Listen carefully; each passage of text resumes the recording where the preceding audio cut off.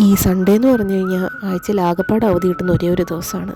എന്ത് ചെയ്യും സൺഡേ എന്ന് ചോദിച്ചു കഴിഞ്ഞാൽ ചില സൺഡേസ് ഭയങ്കര മടിയായിരിക്കും, ക്ഷീണവും ഉറക്കവും ഫുഡുമായിട്ട് അങ്ങനെ അങ്ങ് പോകും.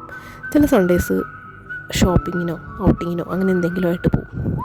അങ്ങനെ ഇരിക്കുന്ന ഒരു സൺഡേ ഞങ്ങൾ ചുമ്മാ സിറ്റി സെൻറ്ററിലേക്കൊന്ന് വെറുതെ കറങ്ങാൻ ഇറങ്ങിയതാണ്. പ്ലാനൊന്നും ചെയ്തില്ല, ചുമ്മാ അങ്ങ് പോകാമെന്നും പറഞ്ഞ് ഇറങ്ങിയതാണ്.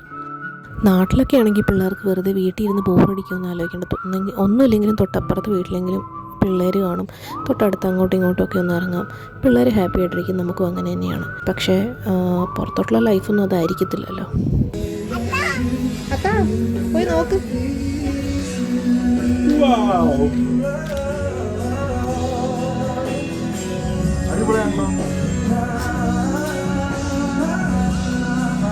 പിന്നെ എവിടെയെങ്കിലും പോയി കഴിഞ്ഞ് കഴിഞ്ഞാൽ ഐറുവിൻ്റെ മെയിൻ വിനോദങ്ങൾ ഇതൊക്കെയാണ്.